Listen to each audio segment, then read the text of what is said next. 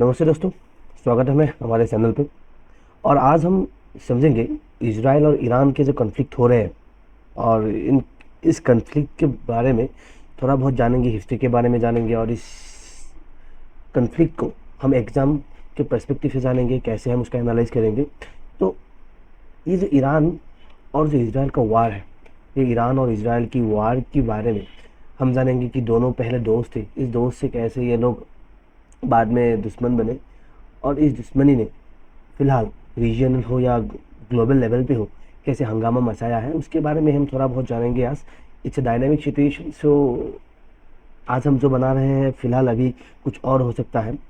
तो इसलिए हम आज तक अभी तक जितना हुआ है उसके बारे में जानने की कोशिश करेंगे। तो पहले तो ये है कि शैडो वॉर से डायरेक्ट कन्फ्रंटेशन कैसे आ गया। तो पहले तो ईरान और इसराइल की हम एनिमोसिटी के बारे में जानेंगे, ग्लोबल इम्पैक्ट के बारे में जानेंगे और स्पेशली वाई स्टडी, हमें क्यों स्टडी करना है। हम इस मामले को न्यूट्रल होकर समझेंगे। न्यूट्रल होकर इसलिए समझेंगे क्योंकि हमें एग्ज़ाम पर्सपेक्टिव से देखना है। कोई भी पॉलिटिकल एजेंडा हो या फिर कोई भी पॉलिटिकल कमेंट हो, हम इसमें कुछ भी नहीं कमेंट करेंगे या फिर सोचेंगे भी नहीं। हम बस एग्ज़ाम के पर्सपेक्टिव से कौन सी चीज़ हमारे लिए इम्पोर्टेंट है, उस सारी चीज़ों को हम देखने की कोशिश करेंगे। तो इजराइल और ईरान की एनिमोसिटी जो है, ये बहुत ही लॉन्ग स्टैंडिंग एनिमोसिटी है। ये कम से कम 1980 1980 में से स्टार्ट हुआ है और तभी से अब तक उन लोगों ने बहुत कुछ सहा है, लड़ा है। दोनों पहले तो ये दोनों डायरेक्ट कन्फ्रंटेशन में नहीं थे, लेकिन फ़िलहाल अभी 2025 में डायरेक्ट बोमा बारूद चलने लगा है। पहले ये दोनों देश प्रॉक्सी वार में थे, प्रॉक्सी वार में शैडो वार में थे, उसके बारे में भी हम जानेंगे। और ग्लोबल कॉन्फ्लिक्ट कैसे हुआ है, ग्लोबल इम्पैक्ट कैसे हुआ है इस कॉन्फ्लिक्ट की वजह से, कैसे इकोनॉमिकल कॉरिडोर हो या फिर डिस्ट्रप्शन हो क्रिटिकल रिसोर्सेज का वो हुआ है। और हमारा फोकस आज इसी टॉपिक पे ऐसे रहेगा कि हिस्टोरिकल रूट्स क्या होगा, एस्केलेशंस कैसे हुआ, ग्लोबल इम्प्लीकेशंस और इंडिया का पोजीशन हम कम्प्रीहेंसिवली समझेंगे। ठीक है, तो ये पीछे जो पिक्चर देख रहे हैं वो इजराइल का है। बहुत ही डेवस्टेटिंग सिनेरियोज है फिलहाल अब तक। तो एक एक करके हम देखने की कोशिश करते हैं कि कैसा हुआ है, हिस्टोरिकल रूट्स क्या है। तो पहली बात तो हम बोलेंगे शाह एराम। शाह एराम मतलब शाह मोहम्मद रेजा पहलवी, जो 1979 से पहले इजराइल और ईरान अच्छे दोस्त थे। ठीक है, बहुत अच्छे, मतलब अच्छे दोस्त थे।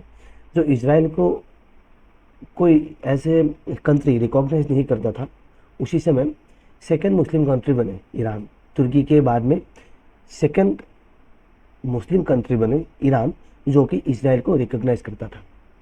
और इसी के दौरान जब अरब देश, मतलब सऊदी अरब हो या फिर अरब के आसपास इलाके में जितना भी मुस्लिम देश हो, वो सब इजराइल को मतलब उस तरीके से नहीं देखता था, मतलब देश के तरीके से नहीं देखता था। ऐसे देखता था कि ये लोगों ने मुस्लिम को मारा है, मुस्लिम के दुश्मन है, ऐसे देखते थे।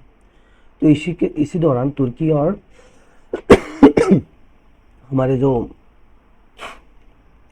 सॉरी हमारे जो ये ईरान है, ईरान ने इजराइल को रिकॉग्नाइज किया था। तो इकोनॉमिक टाइज ईरान और इजराइल के बीच थे, ऑयल सप्लाई थे उस वक्त और बहुत ही अच्छे बॉन्डिंग थे।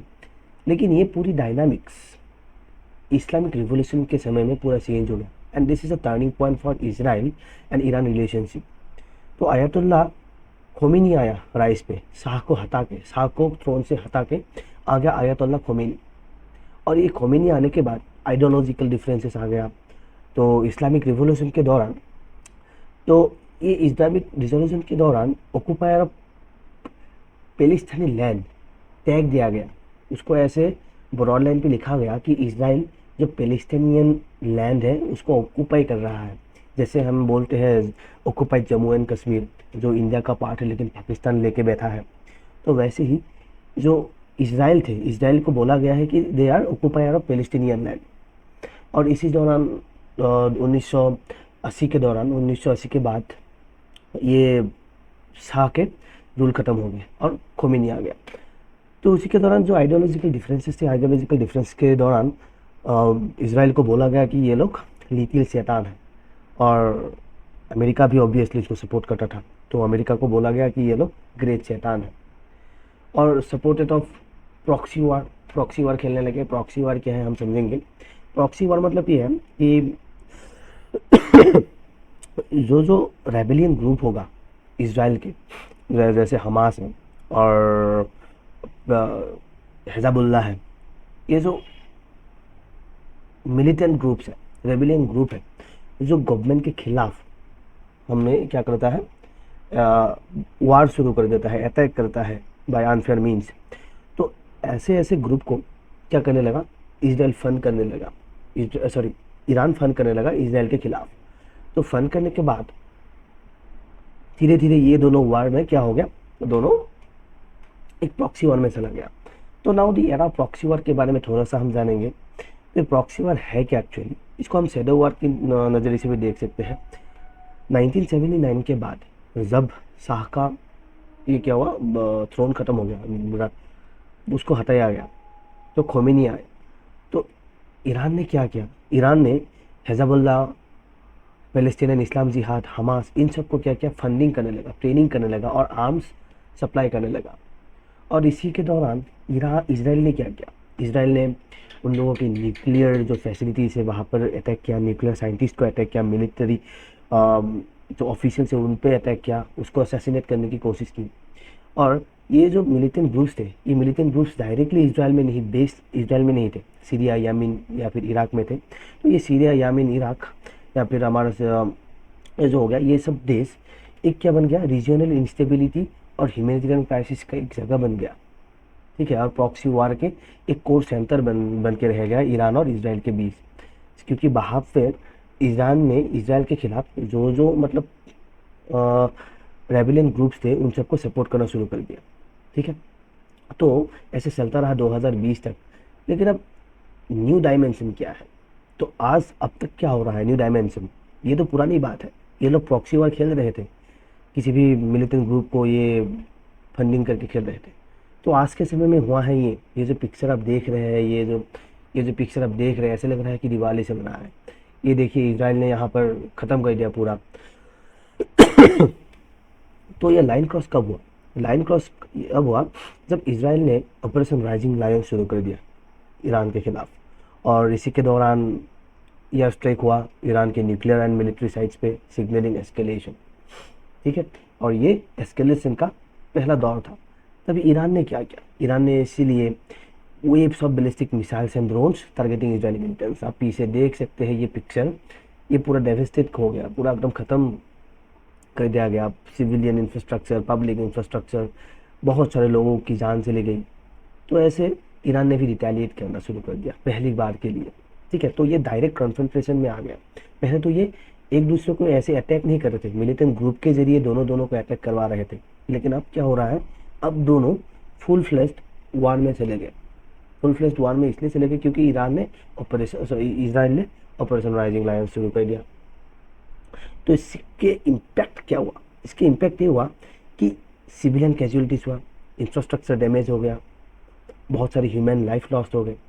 और ये जो सिनेरियो है अब तक के लिए, यहाँ पर एक फुल वार जो मतलब एक रीजनल डिस्ट्रप्शन लाने के लिए ज़रूरी है, वो फुल वार की तरफ जा रहा है अभी का सिचुएशन।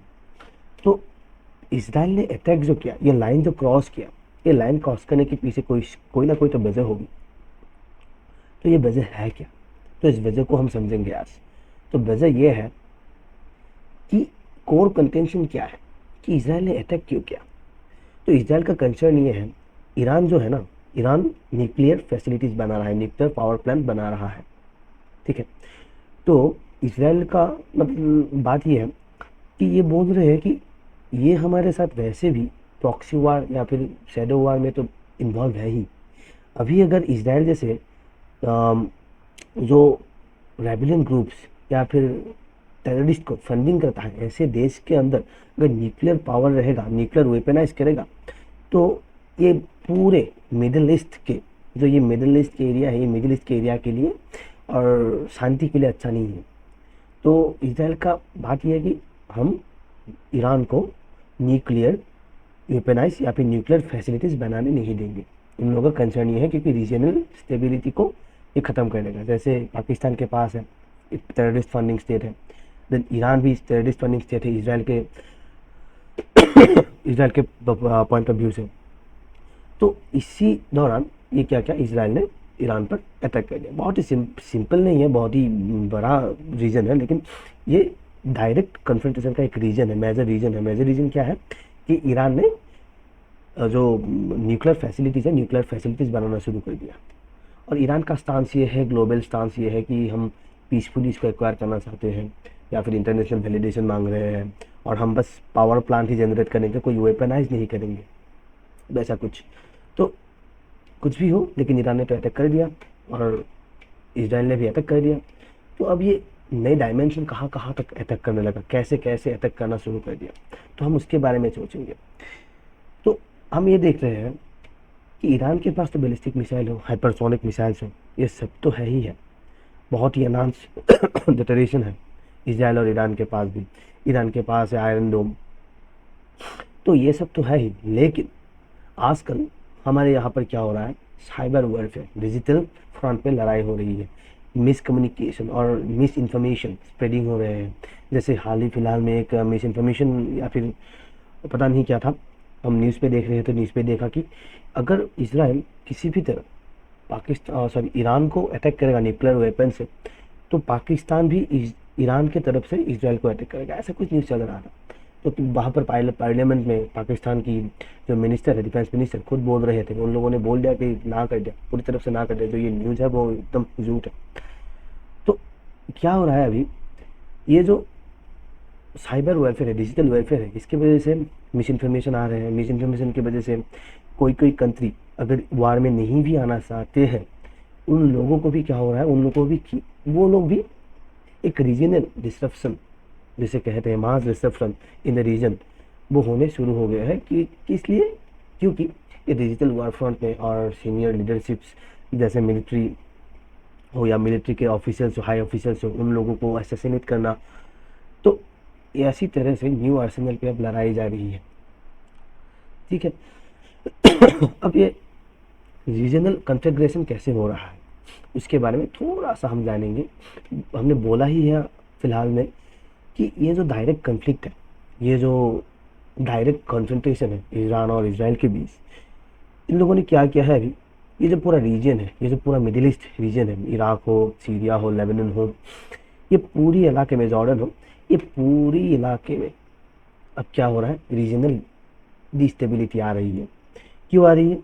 इसलिए आ रही है क्योंकि इकोनॉमिक जो कॉरिडोर है, इकोनॉमिक जो फाइनेंशियल जो हमारे ट्रांजैक्शंस हैं, और या फिर बहुत ट्रेडिंग है, ट्रेडिंग रूट्स है, वो सब बंद होने लगा है।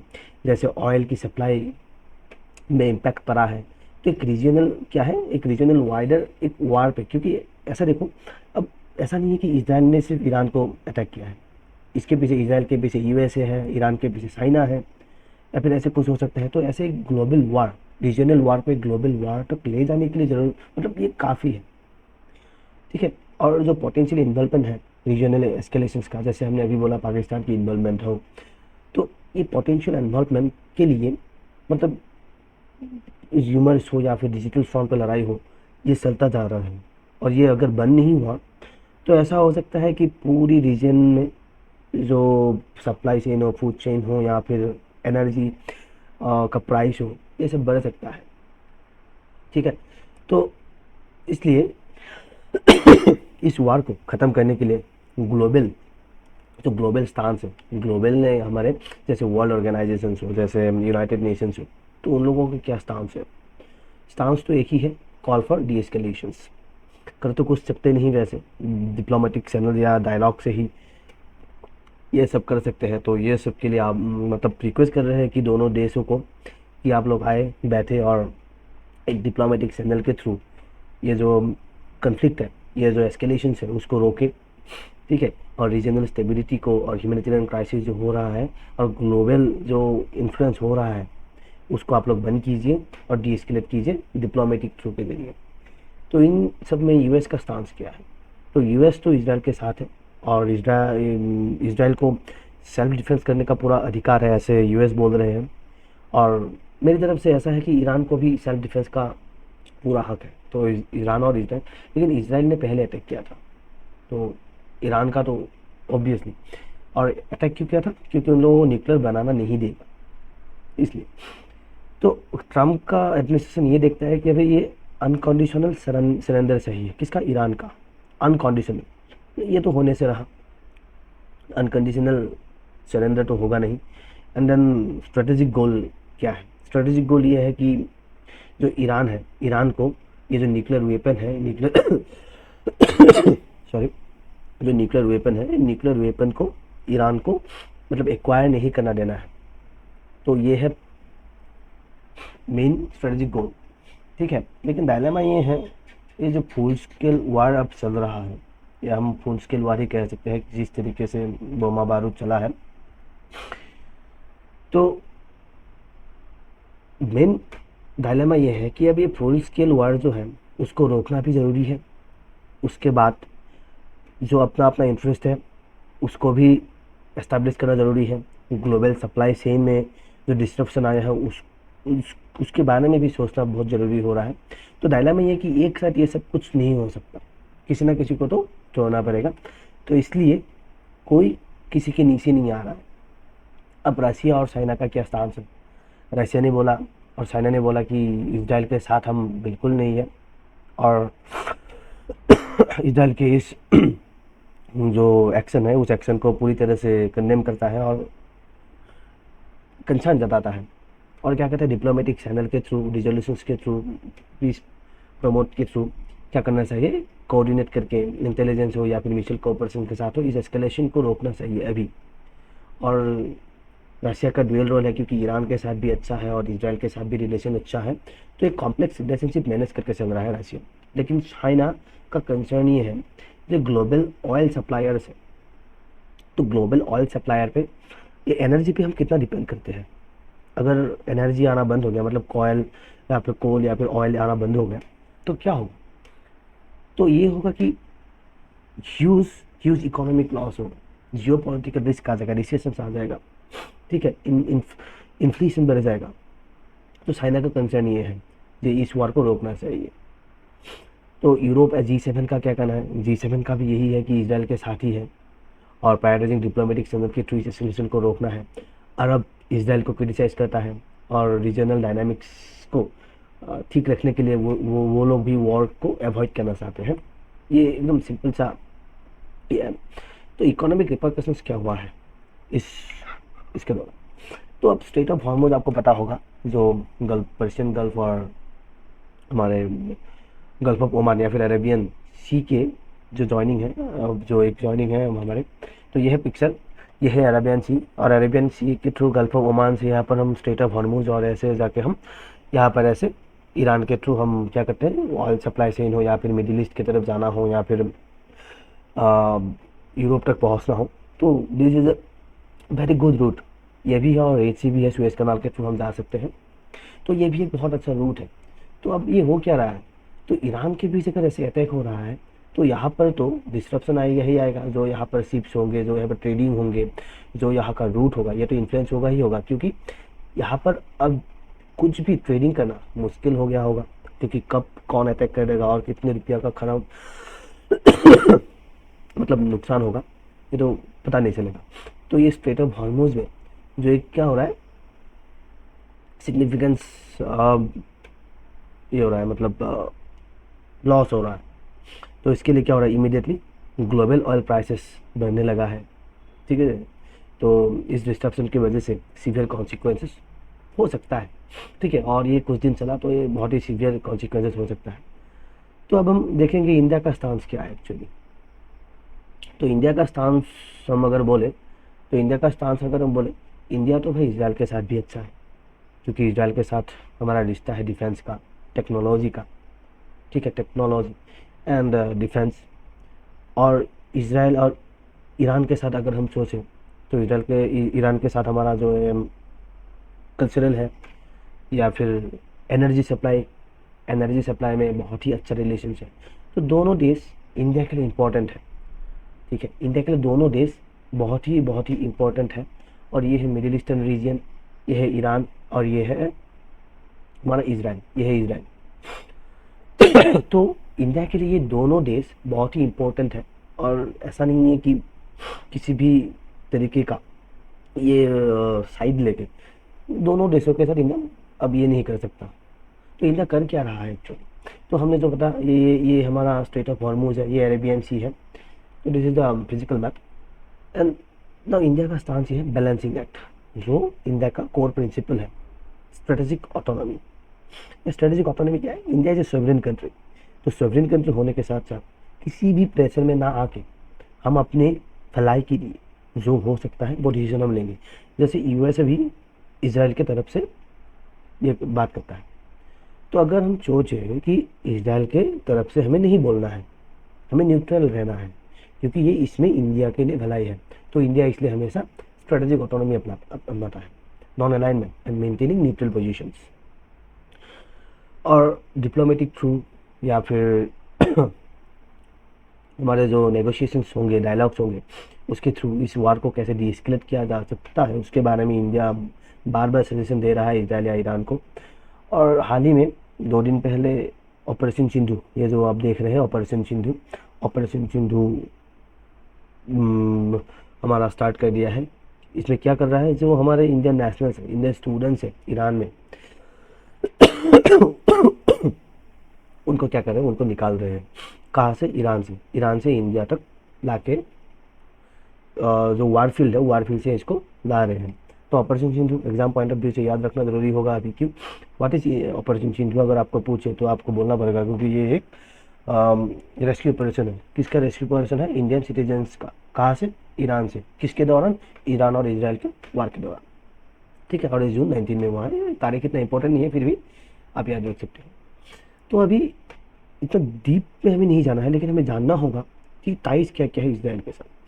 तो पहले तो 3 शब्द याद कर लीजिए इसराइल के मामले में: counter terrorism, defence innovation and ensuring mutual benefit.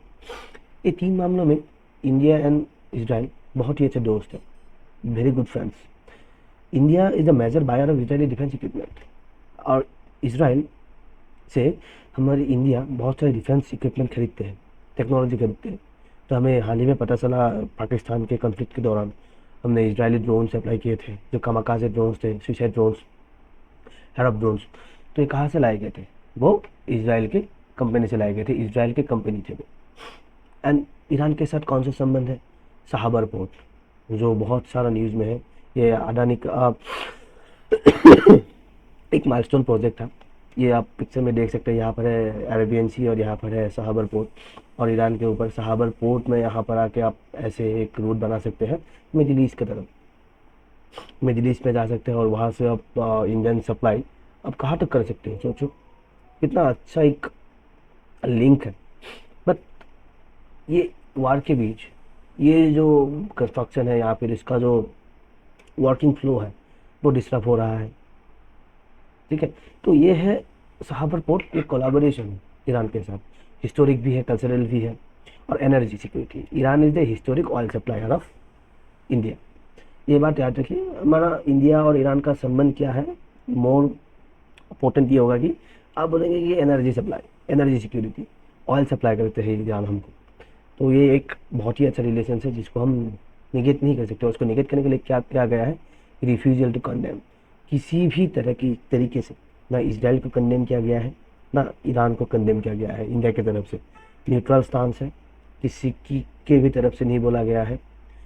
और एनर्जी सिक्योरिटी डिस्ट्रप्शन जो स्ट्रेट ऑफ हॉर्मुज में हो रहा है, उसको कैसे ठीक किया जाए, उस डिस्ट्रप्शन को, या फिर किसी दूसरे देश से हम ऑयल या फिर एनर्जी सप्लाई कर सकते हैं या नहीं, उसके बारे में इंडिया सोच रहे हैं। और इकोनॉमिक इम्पैक्ट जो हो रहा है स्ट्रेट के ब्लॉक होने से, तो उसके कॉन्सिक्वेंसेस को कैसे ब्लॉक किया जा सकता है, उसके बारे में सोच रहे हैं अभी फिलहाल। Right now it's a very dynamic situation and evolving situation. आज वीडियो बनाने तक कुछ हो रहा था, वीडियो बनाने के बाद और कुछ हो सकता है।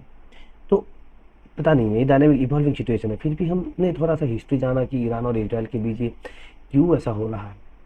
तो हमने आज क्या देखा? It's a very fragile future, you can say in a Middle East और in a global sense. It's a very fragile future. Why fragile? Because ये बहुत ही हाई रिस्क वाला एक सिचुएशन आ गया है डायरेक्ट कन्फ्रंटेशन की वजह से। ग्लोबल इम्पैक्ट हो रहा है, ठीक है। ग्लोबल इम्पैक्ट के जरिए इंडिया का जो एक स्टेबिलिटी है, एनर्जी हो या फिर जो रूट हो, साबर पोर्ट जो रूट हो, हम जो ट्रेडिंग करते हैं, ट्रेडिंग रूट है, उन सब में ग्लोबल इम्पैक्ट हो रहा है, ह्यूमैनिटेरियन ग्राउंड्स पे इम्पैक्ट हो रहा है, और बहुत सारे पब्लिक इंफ्रास्ट्रक्चर डैमेज हो रहा है। तो this is very very very urgent need right now to diplomatic engagement and promoting peace, very very urgent need. और इसके लिए ग्लोबल हो या फिर इंडिया के स्टांस हो, इंडिया अगर ईरान और इसराइल के इस दोस्ती को, अगर दोनों को अगर मीडिएट कर सकता है, तो इंडिया की जो सॉफ्ट पावर है, इंडिया को हम सॉफ्ट पावर कहते हैं या फिर वॉइस ऑफ मिडिल ईस्ट कहते हैं, sorry voice of south east कहते हैं, और वॉइस फॉर पीस कहते हैं। तो तो ये वॉइस फॉर पीस बन के अगर इन दोनों के रिलेशंस को अगर ठीक किया जा सकता है तो बहुत ही अच्छा है इंडिया के लिए। तो आज हम एक या फिर दो क्वेश्चंस करेंगे। यहाँ पर दो क्वेश्चंस आपके लिए हैं। पहला क्वेश्चन तो ये है कि आप लोग ये पॉज कीजिए, क्वेश्चन को पढ़िए और उसका आंसर जो है आप हमें कमेंट सेक्शन पे दीजिए। क्वेश्चन नंबर 1 करके इस क्वेश्चन का आंसर दीजिएगा, और ये क्वेश्चन नंबर 2 या क्वेश्चन नंबर 2 करके आप हमें आंसर दीजिएगा। तो आज के लिए बस इतना ही था, और जो भी नया नया अपडेट आएगा तो हम उसके लिए नया वीडियो आपके पास लाएंगे। आज के लिए इतना ही था। Thank you so much for watching. Thank you, and subscribe करना ना भूलें। Thank you so much.